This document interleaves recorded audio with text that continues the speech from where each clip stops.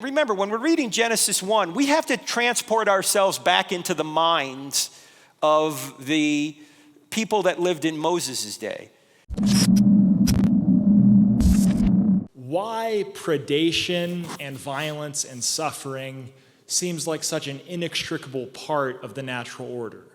Does that make sense? So why, prior to God creating humanity, there maybe were aeons of so much violence and predation and death, and just any thoughts you have on that?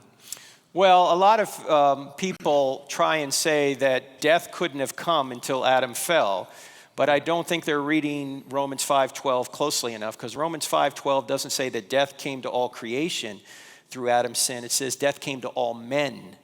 There could have been death long before Adam, and if the old earth view is true, there was death long before Adam. Yeah. Remember, there was a fall before the fall.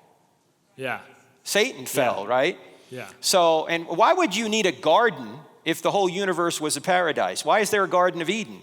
Ooh, I like that. Yeah. Because obviously maybe outside the garden, there was trouble. Yeah. So, and remember, when we're reading Genesis 1, we have to transport ourselves back into the minds of the people that lived in Moses' day, because it's written to them. Yeah.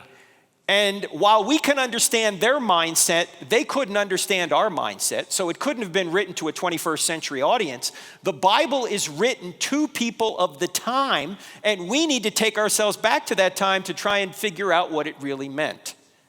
That's fantastic. That's great. Great. So, by the way, there's a gentleman who does a lot of good Bible work. His name is 𝗦𝗨𝗣𝗒𝗍.